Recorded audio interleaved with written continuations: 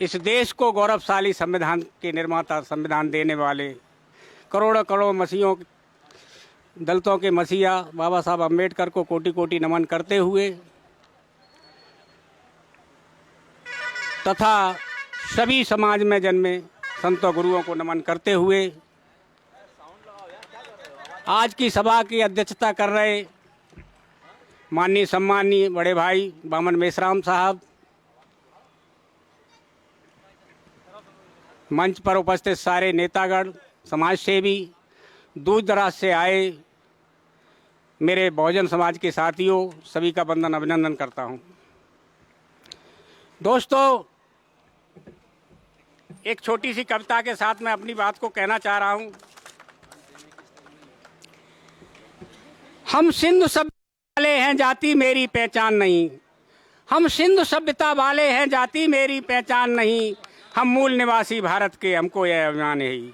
SC ST OBC तीनों की कोई जात नहीं, ये जाति की सूची है, जाति मेरी पहचान नहीं। ST SC OBC तीनों पिछड़ों में आते हैं, शिक्षा सम्मान से पिछड़े हैं, इसलिए संविधान बचाते हैं। SC असूल कहलाता है, ST का घर द्वार नहीं, बचे हुए अब OBC तीनों का कोई सम्मान नहीं। OBC का अनुच्छेद 340, 341 वाला SC है, 342 वाला ST है। संवैधानिक पहचान कुछ ऐसी है। एक समय इतिहास हमारा, हम विश्व गुरु कहलाते थे। भारत सोने की चिड़िया था, हम विश्व विजयी कहलाते थे। प्रतिकांति तब सुंग किया, वैद्य रथ को छल से मार दिया। जाति भेद तब प्रबल हुआ और बौद्धमय भारत उजाड़ दिया। OBC ने गुलामी को स्वीकार किया, सेवा का अवसर पाया था। SC तो कुछ दिन दूर रहा और अछूत का जीवन पाया था। ST वाला स्वाभिमानी था, जिसने जंगल स्वीकार किया, बेघर रहकर दुख सहकर भी गुलामी से इनकार किया। SC ST OBC तीनों पिछड़ा वर्ग भी कहते हैं।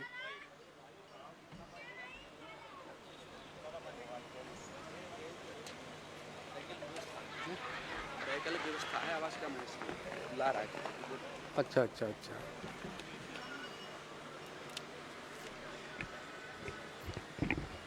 पिछड़ों से कुछ अपने ही दूसरे धर्मों में चले गए। पिछड़े और धर्म परिवर्तन मूल निवासी पहचान को भूल गए।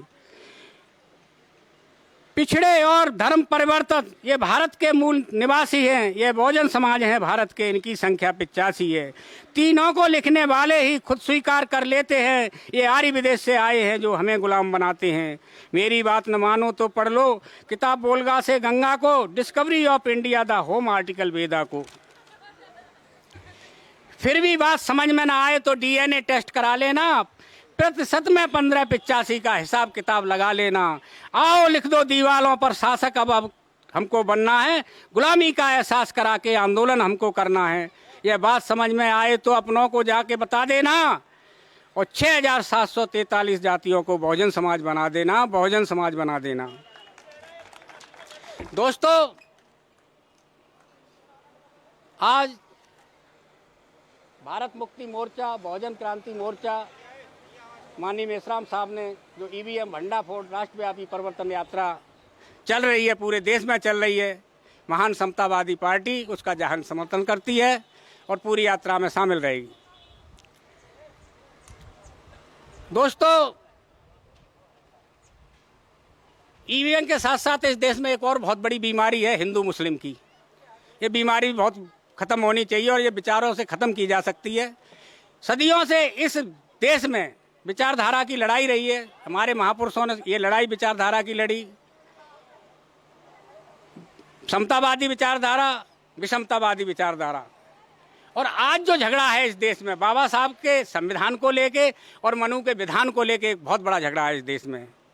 और जब तक इस देश में मनु का विधान रहा तो जातगत लोग पैदा होते रहे। काची घर में काची, गडरिया घर में गडरिया, चमारे घर में चमार, अहीर घर में अहीर, पासी घर में पासी, कश्यप घर में कश्यप, निषाद घर में निषाद, लोधी घर में लोधी। इस तरह से जातियों में लोग पैदा होते रहे। और जैसे ही बाबा साहब का संविधान इस देश में लागू हुआ तो लोधी के घर में मुख्यमंत्री बनने लगे, अहीर के घर में मुख्यमंत्री बनने लगे, चमार के घर में मुख्यमंत्री बनने लगे, कोरी के घर में राष्ट्रपति बनने लगे। तो दोस्तों, बहुत लंबी बात नहीं करना जानता हूं मैं, तो आपको करना है कि मनु का विधान मानना है या देश का संविधान मानना है, ये आपको तय करना है। आज हमारी माताएं बहनें बैठी हैं, किसी भी धर्म ने, मैं डंके की चोट पर कह सकता हूं, न तो इस्लाम ने कभी महिला को मौलाना बनाया, न किसी हिंदू मैथोलॉजी के मंदिर ने किसी महिला को पुजारी बनाया, न किसी ईसाई ने पादरी बनाया, लेकिन इस देश की महिला मुख्यमंत्री बनी है, प्रधानमंत्री बनी है, राष्ट्रपति बनी है, डीएम बनी है, एसपी बनी है, सुप्रीम कोर्ट की जज बनी है, हाई कोर्ट की जज बनी है। ये किसकी ताकत है? महिलाओं से पूछना चाहता हूं। ये संविधान की ताकत है, किसी धर्म की ताकत नहीं है। तो महिलाओं से भी मेरा अनुरोध है, जरा संविधान को पढ़ के देखें। दोस्तों, हमको 5 आर्टिकल पर काम करना चाहिए। राजनीति बहुत बड़ा सेक्टर है, वो मास्टर चाबी है, और माननीय बेसराम साहब बैठे हैं, इनके सानिध्य में हम काम करेंगे। महान समतावादी पार्टी निर्देशक जो देंगे वो काम करेंगे। एक कविता और कहता हूं, समय बहुत कम है, साहब बोलेंगे, समझाएंगे आपको, बस 2 मिनट। मनुवाद का पीछा छोड़ो जिसको हमने पाला है, विद्याओं से दूर हटा पहनाई कंठी माला है। मनुवाद का पीछा छोड़ो जिसको हमने पाला है, विद्याओं से दूर हटा पहनाई कंठी माला है। जिनके पुरखे चीन रूस में प्रवचन करने जाते थे, विद्याओं के चमत्कार से विश्व गुरु कहलाते थे। तक्षशिला, विक्रमाशिला, नालंदा देखो लाखों बच्चे पढ़ने जाते थे। शस्त्र शास्त्र में पारंगत लोग मुल्क को आते थे। हाय उन्हीं को भूल गए क्या पिया भांग का प्याला है, विद्याओं से दूर हटा पहनाई कंठी माला। चंद्रगुप्त को भूल गए हम जब परिवर्तन आया था, चंद्रगुप्त को भूल गए हम जब परिवर्तन आया था। काबुल और कंधार में जा जिन्होंने झंडा फहराया था। फाइयान ने जिसका वर्णन चीन में जाए सुनाया था। शैल्यूकस की लड़की भी आई, फिलिप्स को मार भगाया था।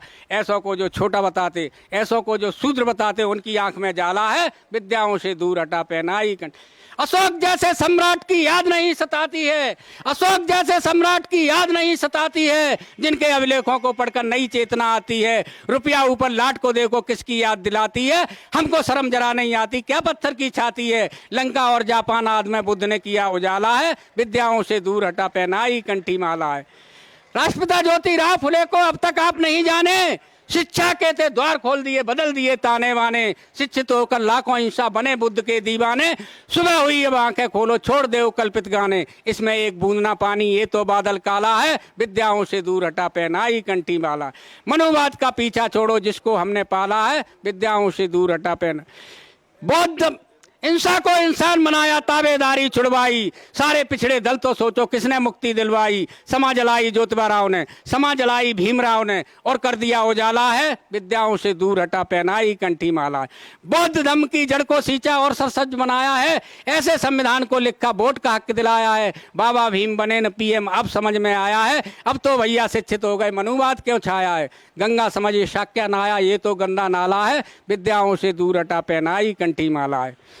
सारे बहुजन मिलकर जागो भारत नया बनाने को, सारे बहुजन मिलकर जागो भारत नया बनाने को। आता है कैसे इंकलाब बतला दो आज जमाने को।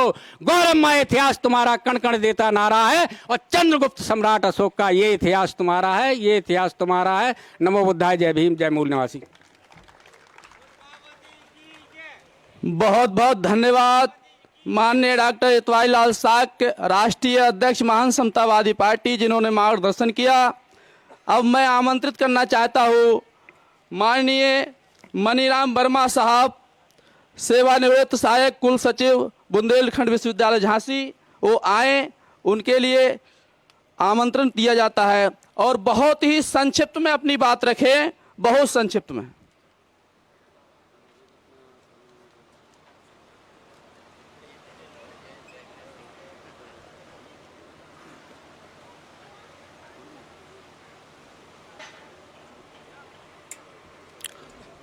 साथियों, मैं बहुत संक्षेप में अपनी बात रखने जा रहा हूं।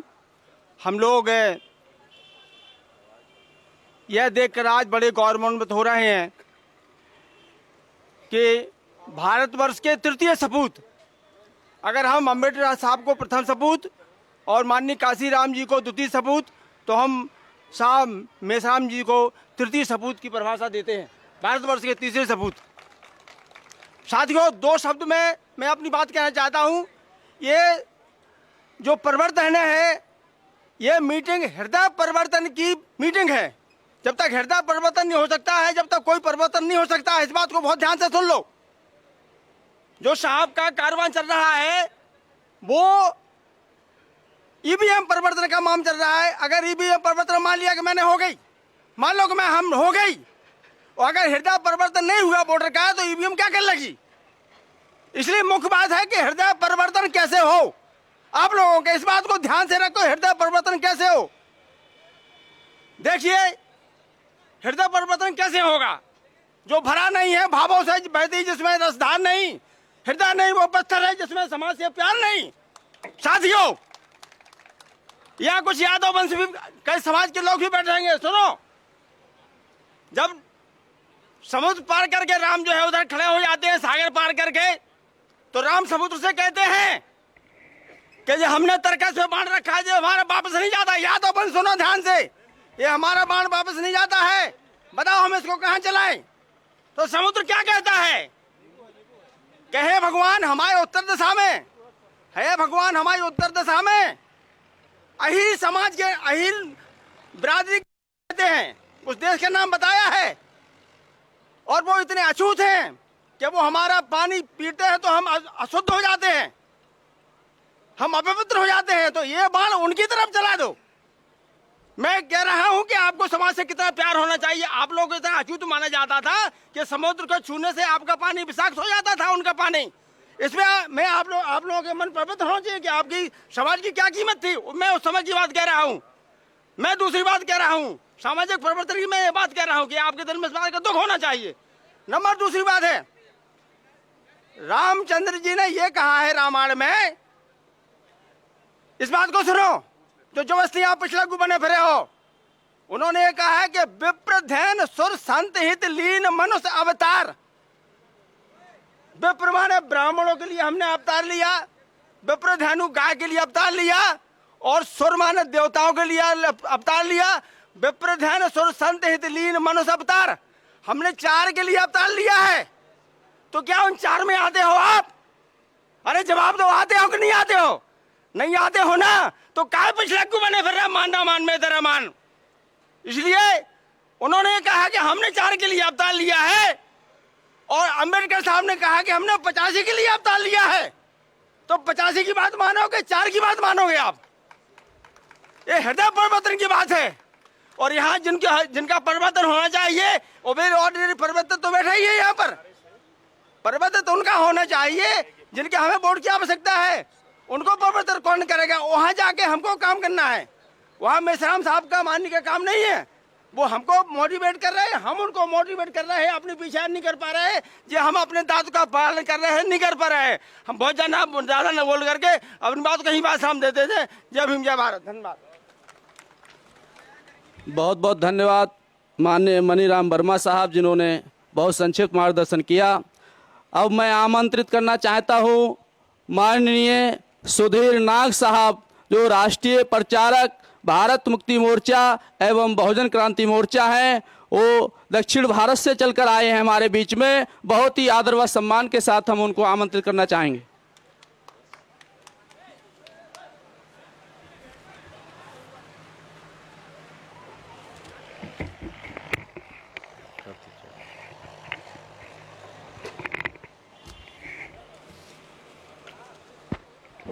साथियों, आज ईवीएम भंडाफोड़ राष्ट्रव्यापी परिवर्तन यात्रा आपके ज़िले में, झांसी ज़िले में आ पहुँची है।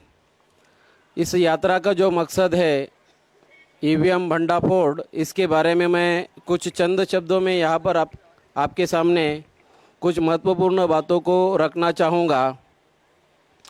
जो कि यहाँ जो विषय बताया गया है, ईवीएम भंडाफोड़ परिवर्तन यात्रा क्यों, ईवीएम के गड़बड़ी में कांग्रेस और बीजेपी किस तरह से शामिल है, और ईवीएम ने लोकतंत्र की हत्या करके ब्राह्मण तंत्र को, ब्राह्मणशाही को, ब्राह्मणिज्म को किस तरह से प्रस्तापित किया। इसके उपरांत देश संविधान और लोकतंत्र को बचाने के लिए ये यात्रा, परिवर्तन यात्रा पूरे भारत भर में निकाल रहे हैं।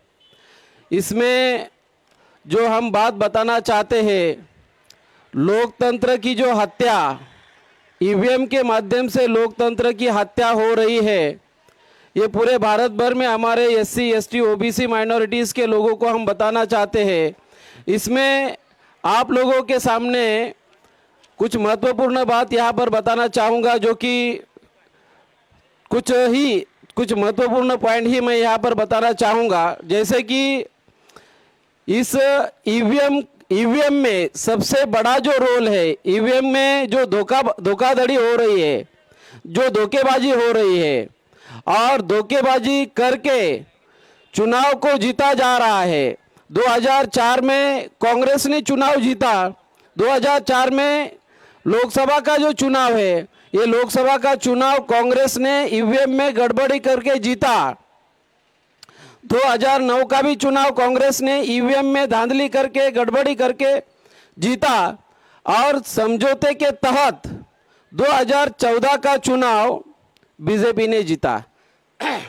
2019 का भी चुनाव बीजेपी ने धांधली करके जीता। इसके सारे सबूत हमारे पास है और सबूतों के आधार पर हम ये बात बोल रहे हैं, लोगों को पूरे भारत भर में बोल रहे हैं, चुनाव आयोग किस तरह से राष्ट्रद्रोही गतिविधि में शामिल है। इस बात को मैं आपके सामने एक ही उदाहरण देके बताना चाहूँगा।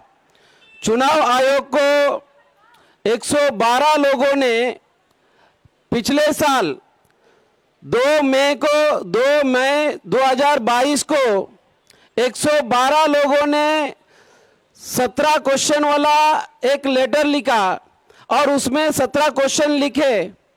112 लोग कौन थे? वो जो 112 लोग हैं उसमें 44 लोग जो कि एकेडमिशियन है, प्रोफेशनल है, टेक्निकल है। एकेडमिशियन लोग, प्रोफेशनल लोग, टेक्निकल लोग, ऐसे लोगों ने सवाल पूछा। और 68 लोग जो है वो आईएएस ऑफिसर, आईपीएस अधिकारी, रिटायर्ड लोग, जिन लोगों ने इलेक्शन कंडक्ट किया और इलेक्शन के प्रोसेस में उनका लाइफ गया, ऐसे लोगों ने सवाल किया। 17 सवाल किए और उस 17 सवाल के आज तक इलेक्शन कमीशन के द्वारा, उस 17 क्वेश्चन के 17 सवाल के आज तक इलेक्शन कमीशन के द्वारा उसका आज तक उसका आंसर, उसका जवाब इलेक्शन कमीशन ने नहीं दिया। वो 17 सवाल क्या है, उसमें से मैं कुछ ही यहाँ पर 2-3 सवाल आपके सामने रखना चाहूँगा, बताना चाहूँगा। सबसे महत्वपूर्ण बात यह है कि जो ईवीएम है, ये ईवीएम को पेटेंट नहीं है।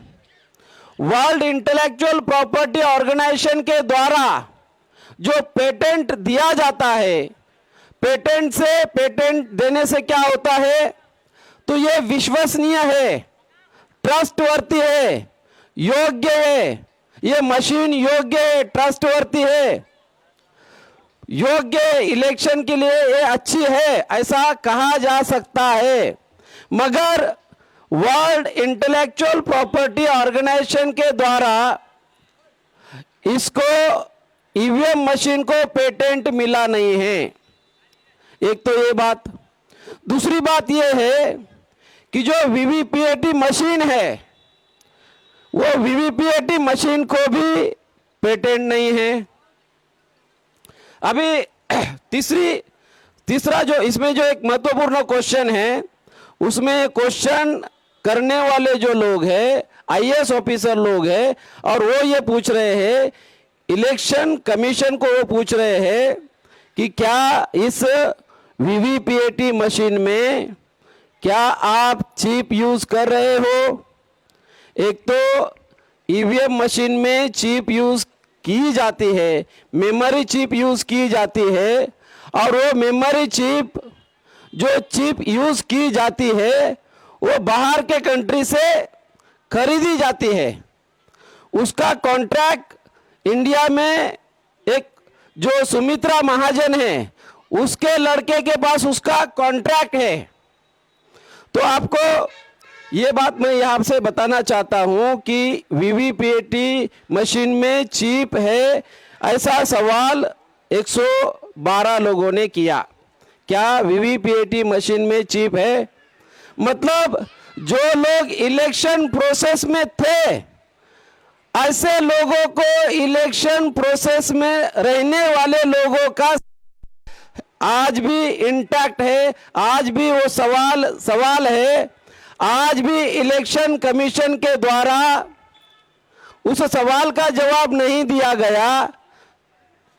तो क्या ये कहा जा सकता है कि ये election free, fair and transparent है? ये कहा जा सकता है?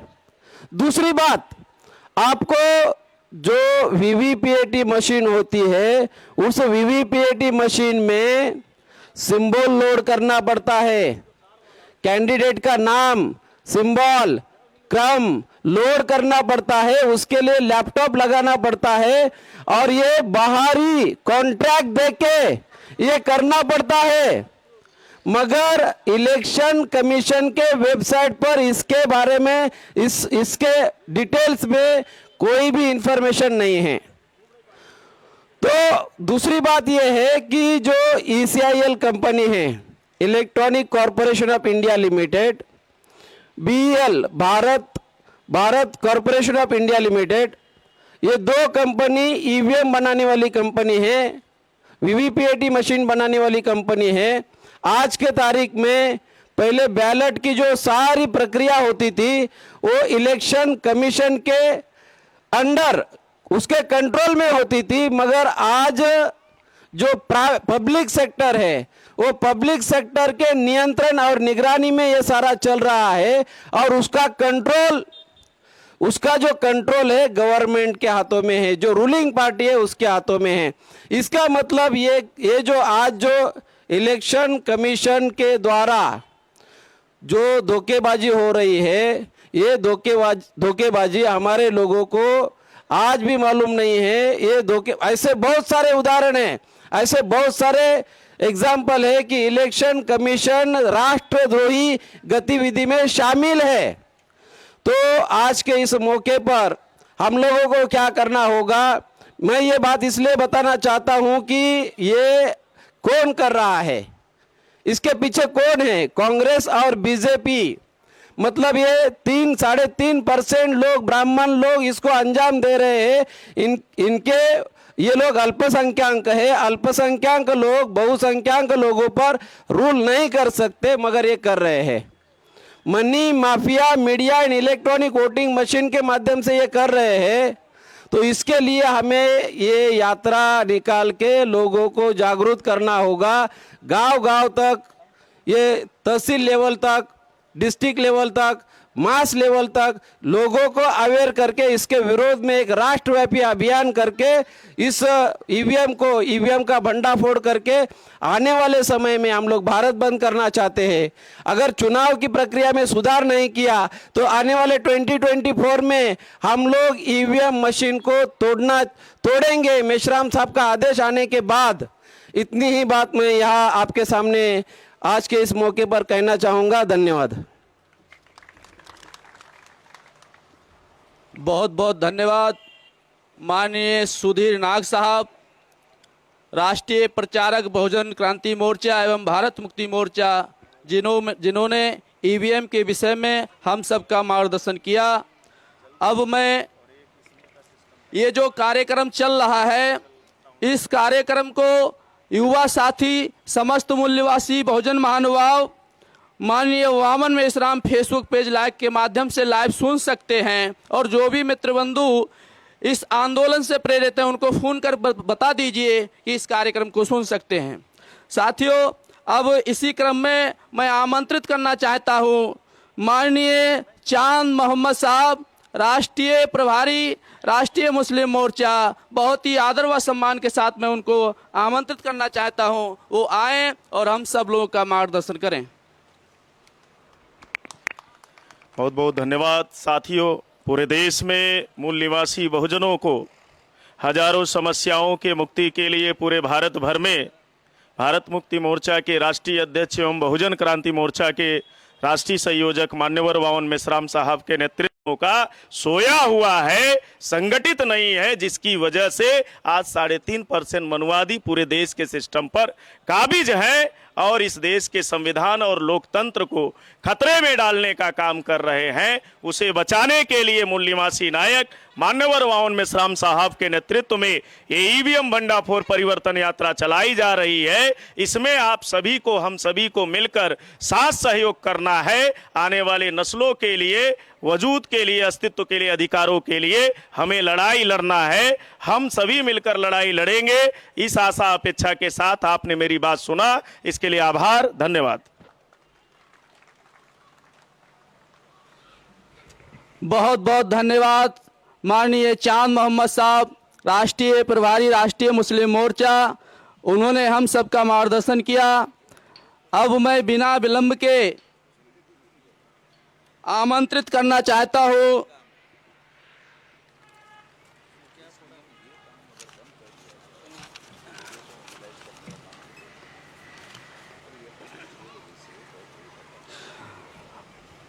भगवंतपुरा के मूल निवासियों, मैदाने जंग में आ जाओ। भगवंतपुरा के मूल निवासियों, मैदाने जंग में आ जाओ। यह है आपका जन्म क्षेत्र, अब कर्म क्षेत्र में आ जाओ। अब तक तो सुने होंगे बहुतों के विचार, अब तक तो सुने होंगे बहुतों के विचार। आज मूल निवासी बहुजन नायक माननीय वावन मेश्राम साहब के विचार सुनने आ जाओ, विचार सुनने आ जाओ। इसी क्रम में आदरणीय माननीय वावन मेश्राम को बहुत ही आदर व सम्मान के साथ आमंत्रित करना चाहता हूँ, आह्वान करना चाहता हूँ, निवेदन करना चाहता हूँ, हम सबका मार्गदर्शन करें। ये किसका है? ये हेलो साथियों,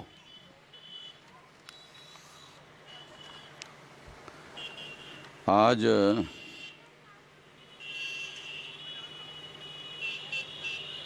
भोले शंकर मंदिर परिसर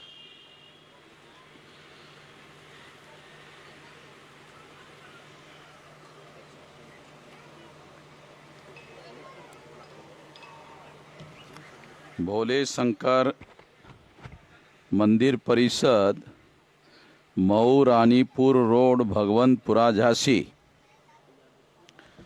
यहाँ पर जो कार्यक्रम हो रहा है भारत मुक्ति मोर्चा के द्वारा, बहुजन क्रांति मोर्चा के द्वारा, ये ईवीएम भंडाफोड़ परिवर्तन यात्रा का कार्यक्रम है।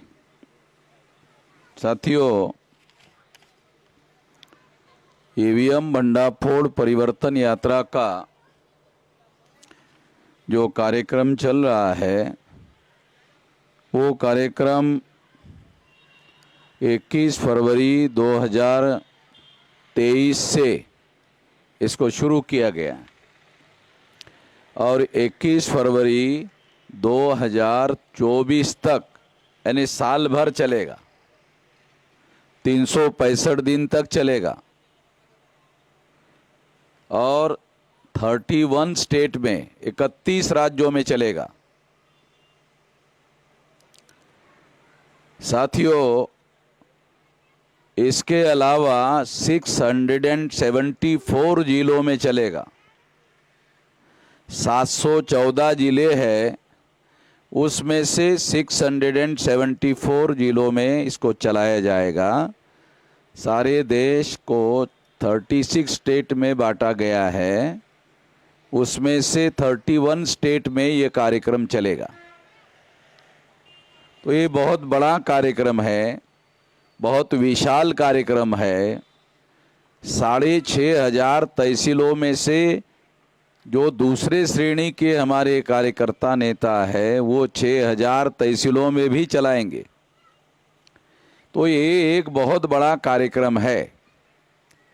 इतना बड़ा कार्यक्रम हम इसलिए कर पा रहे हैं क्योंकि लगभग 48 साल से, जब मेरी उम्र 18 साल 3-4 महीने की रही होगी, तब से लेकर अब तक 66 साल मेरी अभी उम्र है।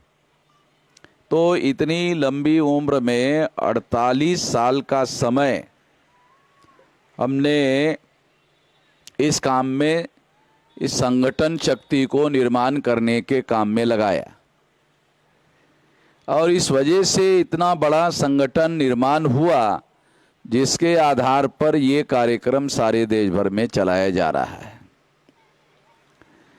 दूसरी बात मैं आप लोगों को कहना चाहता हूं कि ईवीएम मशीन भंडाफोड़ परिवर्तन यात्रा हम लोग क्यों चला रहे हैं, इसको जानना भी बहुत ज़्यादा ज़रूरी है। क्यों चला रहे हैं उसका सबसे बड़ा कारण ये है कि ये कॉपी मैं आप लोगों को दिखा रहा हूं, ये सुप्रीम कोर्ट के जजमेंट की कॉपी है और सुप्रीम कोर्ट ने निर्णय दिया है कि ईवीएम मशीन के द्वारा फ्री, फेयर एंड ट्रांसपेरेंट चुनाव नहीं हो सकता। फ्री यानी भ्रष्टाचार मुक्त चुनाव नहीं हो सकता, फेयर यानी निष्पक्ष चुनाव नहीं हो सकता, ट्रांसपेरेंट यानी पारदर्शी चुनाव नहीं हो सकता। ये तीनों शब्दों को मिलाकर अगर एक शब्द बनाया जाए तो बनाया जा सकता है कि ईवीएम मशीन के द्वारा घोटाला करके चुनाव कराए जा रहे हैं। ये सुप्रीम कोर्ट का कहना है और सुप्रीम कोर्ट ने ये जो कहा वो सारे सबूतों को छानबीन करने के बाद कहा। आप में से बहुसंख्यक लोगों को ये जानकारी शायद नहीं होगी कि सुप्रीम कोर्ट क्या है। सुप्रीम कोर्ट भारत के संविधान के द्वारा निर्माण की हुई सबसे बड़ी अदालत है, उसके ऊपर कोई अदालत नहीं है। आपके यहाँ तहसील में मजिस्ट्रेट बैठता होगा तो वो जब कोई फैसला करता है तो उसका फैसला जिले में जाकर बदल सकता है, कभी कभी ऐसा होता है, मगर सुप्रीम कोर्ट का दिया हुआ फैसला नहीं बदल सकता। क्यों? क्योंकि सुप्रीम कोर्ट के ऊपर कोई कोर्ट नहीं है, ये सबसे बड़ी अदालत है और ये सबसे बड़ी अदालत के द्वारा दिया हुआ फैसला है कि ईवीएम मशीन के द्वारा ईमानदारी से चुनाव नहीं हो सकता।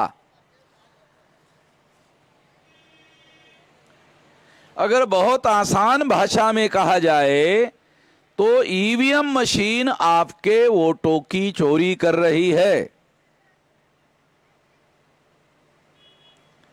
और अगर एक बात और कहा जाए कि आपने अगर राम नारायण को वोट दिया तो आपका वोट राम नारायण के नाम पर जमा नहीं होता है और राम प्रसाद के नाम पर चला जाता है।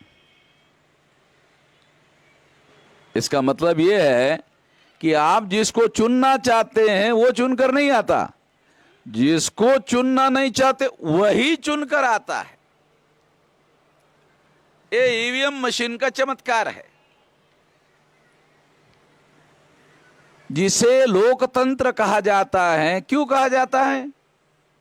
आप लोग चुनते थे इसलिए लोकतंत्र। आप लोग हो और आप चुनते थे इसलिए इसको लोकतंत्र कहा जाता था। अब क्या हो रहा है? ईवीएम चुन रही है, लोकतंत्र खत्म हो गया, ईवीएम तंत्र आ गया। पहले जब आप विधायक को और सांसद को करेंगे, आपको क्यों पूछेंगे?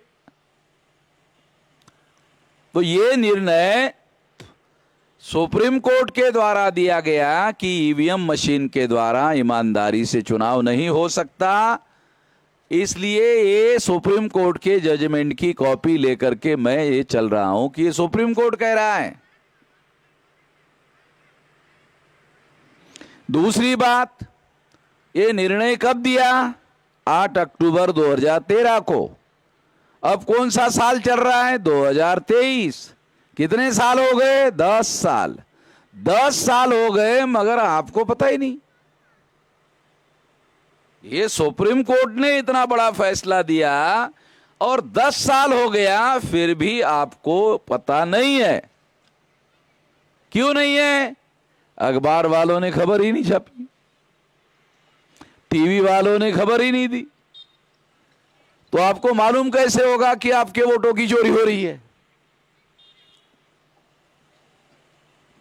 आपके घर में चोरी होती है तो आप चौकी में जाकर के एफआईआर करते हो। ये तो 13.5 लाख मशीनों में चोरी हो रही है।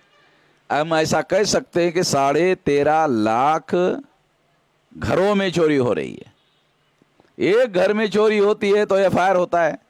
ये तो 13.5 लाख ईवीएम मशीन में चोरी हो रही है, आपके वोटों की चोरी हो रही है, फिर भी कुछ नहीं हो रहा देश में। क्यों नहीं हो रहा है? क्योंकि आपको जानकारी नहीं है।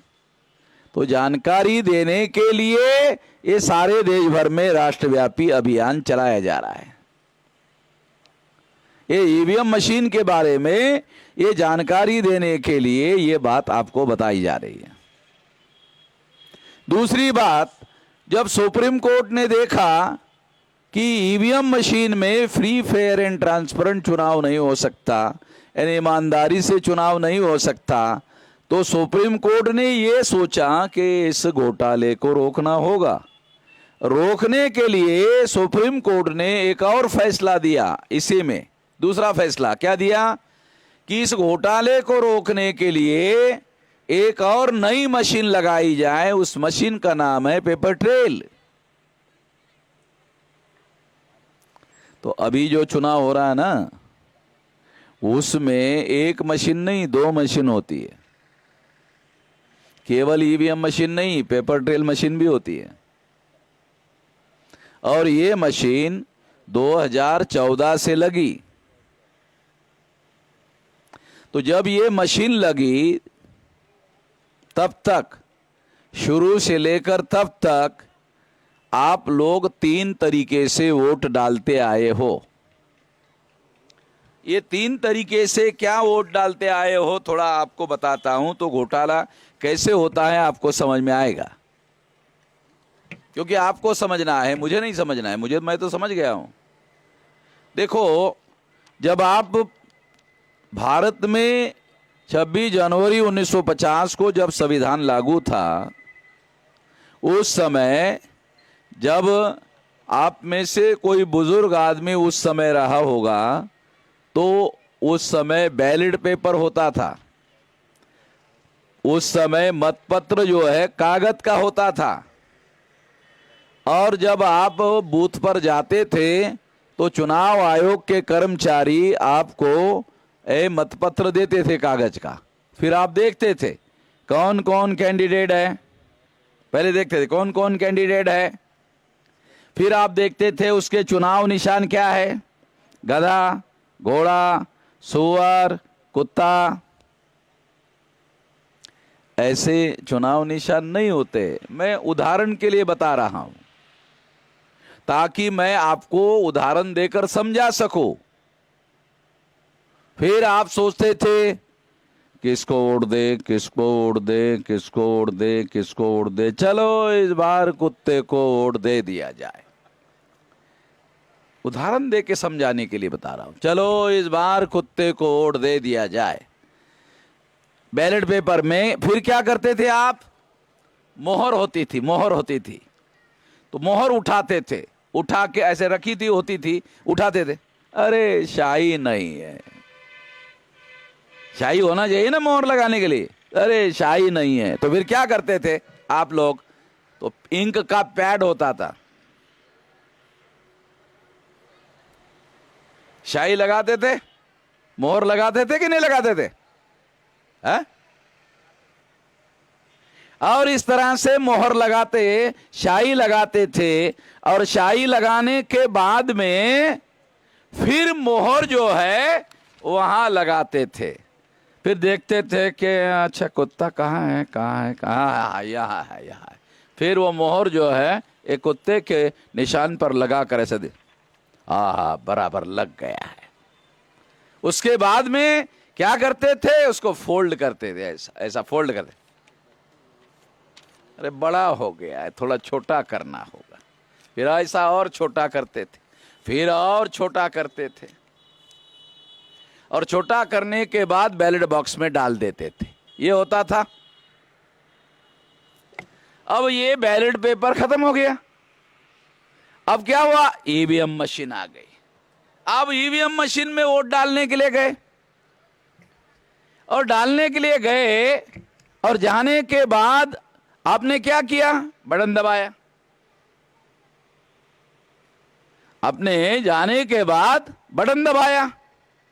बटन दबाने के बाद में आपने देखा, मान लो आपने कमल के फूल पर बटन दबाया, हाथी का दबाया, साइकिल का दबाया, पंजे का दबाया, जिस किसी का भी दबाया, तो मोहर लगा हुआ निशान दिखना चाहिए ना। तो 2004-2009 में जो ईवीएम मशीन होती थी वो आंखों से दिखाई नहीं देता था। बैलेट पेपर पर जब आपको दिखाई नहीं देता था तो आप चश्मा लगा कर देखते थे कि साला लगा कि नहीं लगा। मैं कुत्ते को लगाना चाहता था, लगा कि नहीं लगा, देखते थे। मगर ईवीएम मशीन में 2004-2009 में जब आप बटन दबाया तो उस समय जो मशीन थी उसमें मोहर कहाँ लगी वो दिखाई नहीं देती थी। तो आदमी, वो वोटर जो है कंफ्यूज हो जाता था कि साला वो मेरा वोट इधर उधर तो नहीं गिर गया। ऐसा देखता था वोटर, ये इधर उधर तो नहीं गिर गया वोट। तो चुनाव आयोग का कर्मचारी देखता, अरे बुड़बक, बुड़बक ये बोलते हैं ना, अरे बुड़बक है ये वोटर जो है। वो उसको आता वो वोटर के पास आता और वोटर को कहता हो गया है। वोटर को क्या कहता? हो गया है। यानी उसको ऐसा लगता, पता नहीं चला वोट हुआ कि नहीं हुआ। तो वो कर्मचारी आकर कहता हो गया है। अच्छा, वोटर क्या कहता है? उसको आंखों से दिखाई देता नहीं, वो क्या कहता है? अच्छा हो गया है, हो गया है। कर्मचारी पूछता किधर से आए हो? कहा इधर से। जाओ इधर, जाओ इधर, उसको भगा देता। ठीक है। अब ईवीएम मशीन में आपको आंखों से दिखाई नहीं दिया कि आपने जिसको वोट दिया आपका वोट उसके नाम पर जमा हुआ या नहीं हुआ। इसके बावजूद भी वोट ईवीएम मशीन में चला जाता है। दिखता नहीं है मगर मशीन में चला जाता है। चला गया। ईवीएम मशीन में वोट जाने के बाद आपके वोट का रिकॉर्ड तैयार होता है ईवीएम में। उस रिकॉर्ड को क्या बोलते हैं? Electronic record. इलेक्ट्रॉनिक रिकॉर्ड की विशेषता क्या है? वो आंखों से दिखाई नहीं देता। एक कागज का जो बैलेट पेपर है इसका फिजिकल एविडेंस है, ये आंखों से दिखाई देता है। मगर ईवीएम मशीन में जो आपका वोट गया है उसका जो रिकॉर्ड ईवीएम में तैयार होता है वो आंखों से दिखाई नहीं देता। इलेक्ट्रॉनिक रिकॉर्ड आंखों से दिखाई नहीं देता।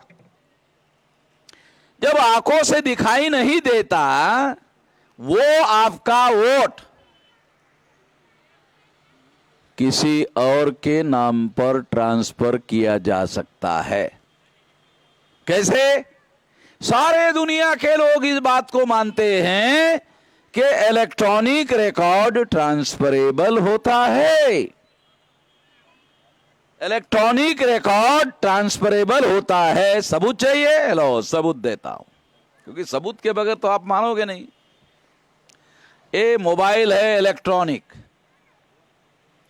ये जो इलेक्ट्रॉनिक है इसमें आप मैसेज देते हो, आप भी देते रहते हो।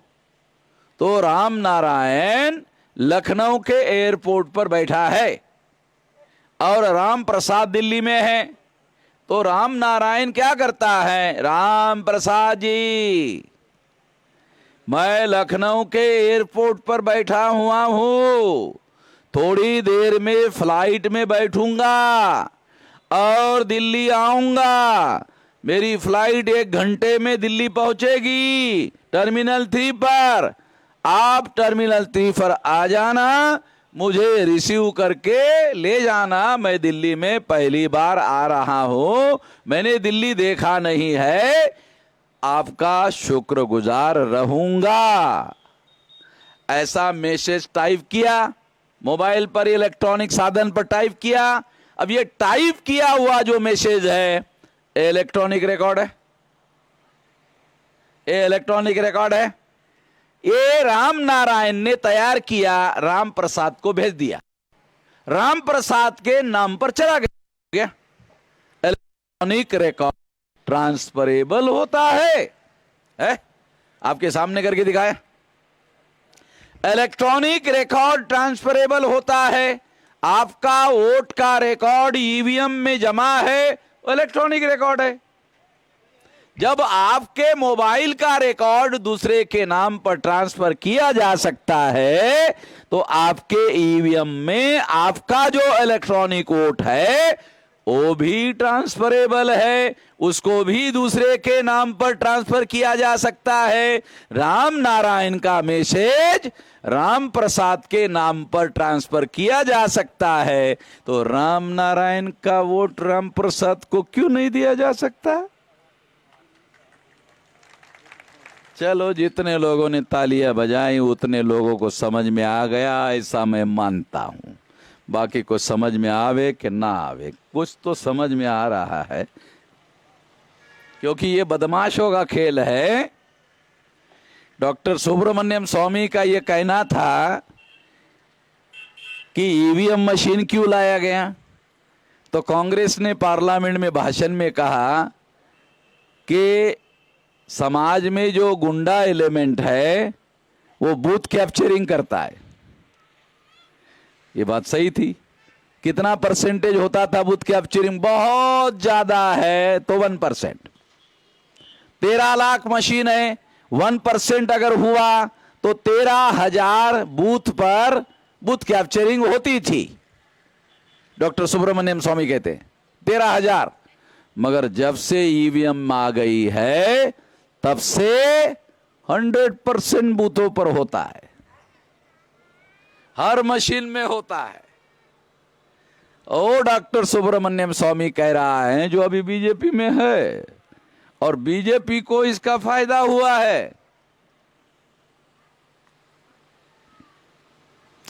तो ईवीएम मशीन के अंदर इलेक्ट्रॉनिक रिकॉर्ड ट्रांसफरेबल होता है, उसको रोकने के लिए सुप्रीम कोर्ट ने पेपर ट्रेल मशीन लगाया। पेपर ट्रेल मशीन लगाया तो क्या होता है वो भी आपको बता देता हूं। अब आप ईवीएम पर वोट डालने के लिए गए, एक आदमी वोट डाल रहा है 2014 से, वोटिंग हो रही है 2004 से, 2009 आंखों से दिखाई नहीं देता था। 2014 में सुप्रीम कोर्ट ने पेपर ट्रेल मशीन लगाया। लगाने के बाद आप वोट डालने के लिए गए, एक वोटर होता है, 2 जगह रिकॉर्ड तैयार होता है। वोटर 1, रिकॉर्ड 2 जगह। एक रिकॉर्ड ईवीएम मशीन में, एक रिकॉर्ड पेपर ट्रेल में। ईवीएम मशीन का रिकॉर्ड आंखों से दिखाई नहीं देता, पेपर ट्रेल मशीन का रिकॉर्ड आंखों से दिखाई देता। जब आप वोट डालने के लिए 14 में गए तो कागज पेपर ट्रेल मशीन में बाहर आया। आपने मान लो पंजे पर बटन दबाया तो कागज में निशान लगाया हुआ पंजे का निशान वाला कागज बाहर आया। आपने आंखों से देखा, हाँ मैंने पंजे पर बटन दबाया, बराबर है, लगा हुआ है। 7 सेकंड रुकता है। ये 14 से शुरू हुआ, 7 सेकंड कागज रुकता है। रुकने के बाद 7 सेकंड समाप्त हो गए, कागज आगे सरक कर कट कर बैलेट बॉक्स में गिर जाता है। जैसे बैलेट बॉक्स में गिर जाता है, बैलेट बॉक्स में गिरने के बाद में वोटिंग प्रक्रिया पूरी हो जाती है। इसका मतलब है ईवीएम मशीन में आपका वोट जमा हो गया, पेपर ट्रेल मशीन में भी आपका वोट जमा हो गया। ईवीएम मशीन में इलेक्ट्रॉनिक रिकॉर्ड जमा हो गया, आंखों से दिखाई नहीं दे रहा, और पेपर ट्रेल मशीन में कागज का टुकड़ा कटकर गिर गया। अब राम नारायण और राम प्रसाद चुनाव लड़ रहे हैं, काउंटिंग हुआ, राम नारायण चुनाव हार गए। राम नारायण चुनाव हार गए काउंटिंग में। राम नारायण ने कहा नहीं, मैं चुनाव हार नहीं सकता, कलेक्टर साहब दोबारा गिनती करो। तो कलेक्टर कहता हाँ भाई, ये सुप्रीम कोर्ट का ऑर्डर है, तेरी बात तो मानना पड़ेगा, है? चलो भाई दोबारा गिनती करो। ये पेपर ट्रेल में जो कागज पड़ा हुआ है ना बैलेट बॉक्स में, अब ये कागज की गिनती करो। कागज की गिनती होती है, हारा हुआ राम नारायण कागज के टुकड़ों में चुनाव जीत जाता है, ईवीएम में हार जाता है, कागज के टुकड़ों में चुनाव जीत जाता है। ऐसा क्यों होता है ना सवाल। ये बात समझाकर अपनी बात समाप्त कर देता हूं, क्योंकि टेंशन हो जाएगा आप लोगों को।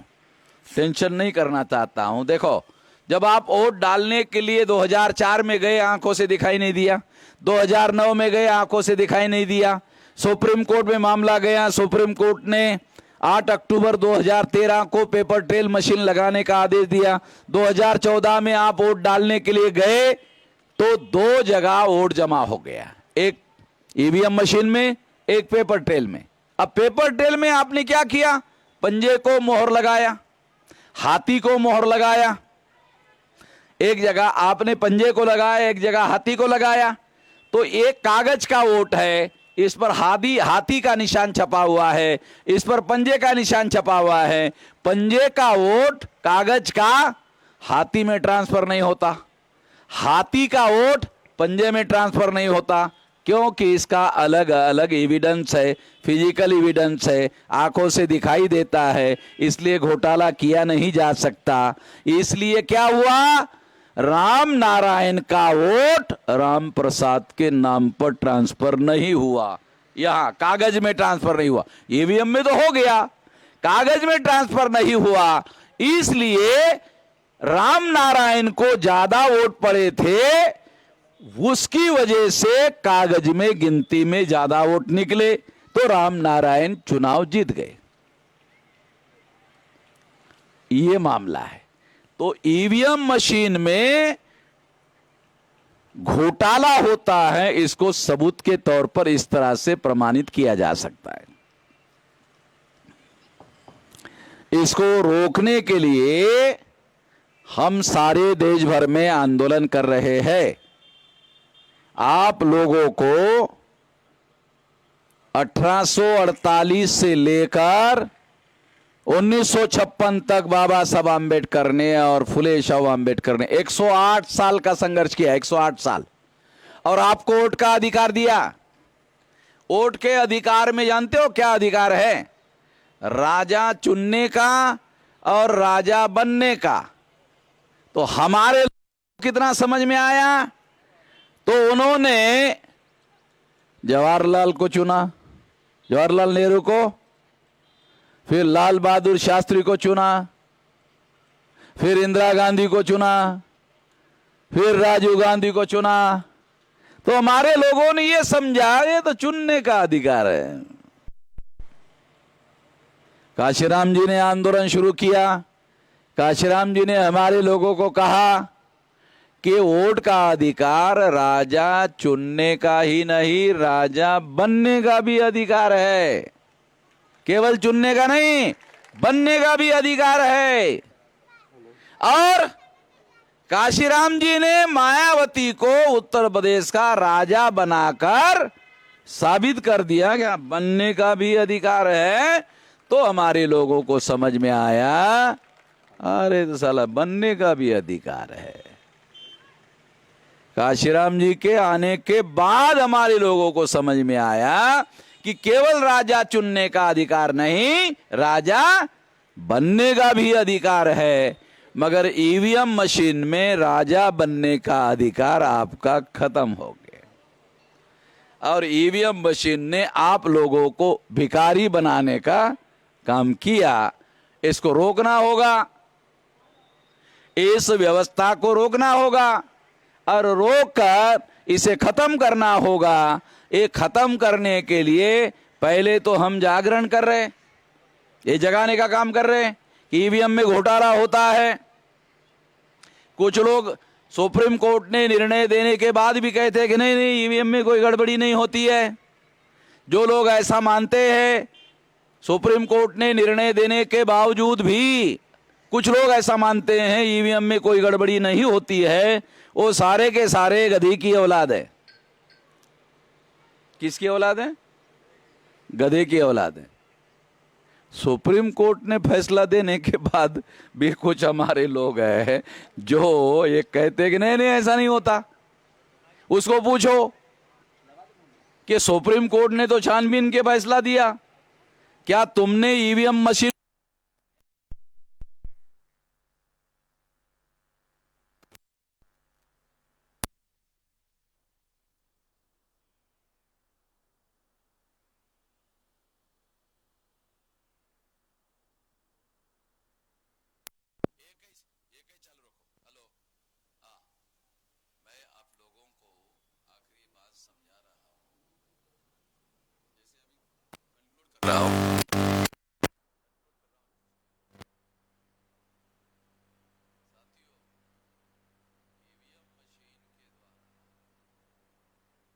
लोगों को राजा चुनने का जो अधिकार था, राजा बनने का अधिकार था, वो अधिकार खत्म हो गया।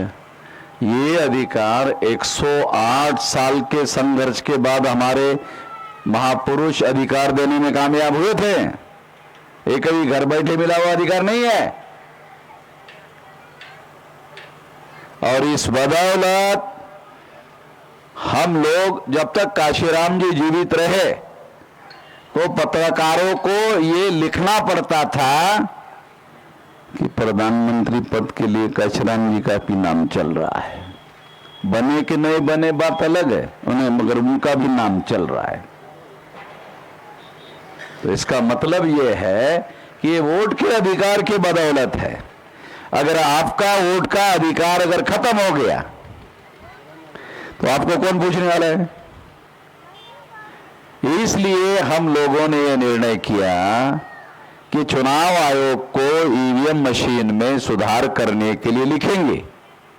अगर चुनाव आयोग ने नहीं माना तो भारत बंद करेंगे, आप में से कुछ लोगों को जानकारी होगी कि सीए के मुद्दे पर हमने भारत बंद करवाया था और इसकी वजह से सीए का जो कानून है अभी तक लागू नहीं हो पाया। लोग कहते कि नरेंद्र मोदी बहुत शक्तिशाली प्रधानमंत्री, भाई बहुत ताकतवर प्रधानमंत्री है, चलो मान लेते हैं बहुत ताकतवर है, मगर नरेंद्र मोदी का पास किया हुआ कानून वामन मेश्राम ने अभी तक लागू नहीं होने दिया। इसका मतलब है नरेंद्र मोदी अकेला ही ताकतवर नहीं है, थोड़ा थोड़ा वामन मेश्राम भी ताकतवर है। और नरेंद्र मोदी शक्तिशाली प्रधानमंत्री है, उसका पास किया हुआ कानून लागू नहीं होने दिया तो नरेंद्र मोदी से हमारी ताकत ज्यादा है, तभी तो हमने रोका। तो भारत बंद करेंगे, इसके बावजूद भी ईवीएम मशीन के अंदर सुधार करने का काम अगर नहीं किया चुनाव आयोग ने तो 2024 में ईवीएम मशीन फोड़ेंगे, ईवीएम मशीन फोड़ेंगे। पहले मैं ही फोड़ूंगा। हमारा एक आदमी पुणे के पास नगर में उसने मशीन फोड़ दिया। मैंने पूछा अरे अकेले अकेले क्यों फोड़ा भाई, 15 लाख जगह फोड़ना है, अकेले अकेले फोड़ने से क्या होगा है, क्यों फोड़ा? कहा कि आपने 2022 में कहा 24 में फोड़ेंगे, तो इतना मेरे से रहा नहीं गया, इतना देरी से फोड़ेंगे, तो मेरे से रहा नहीं गया, मौका मिल गया, साला फोड़ दिया। तो मैंने फिर क्या हुआ, का FIR हो गया। अब फिर क्या हुआ? पुलिस वाले धर के लेके गए। अच्छा, फिर क्या हुआ? जमानत हो गई। फिर क्या हुआ? केस चला। फिर क्या हुआ?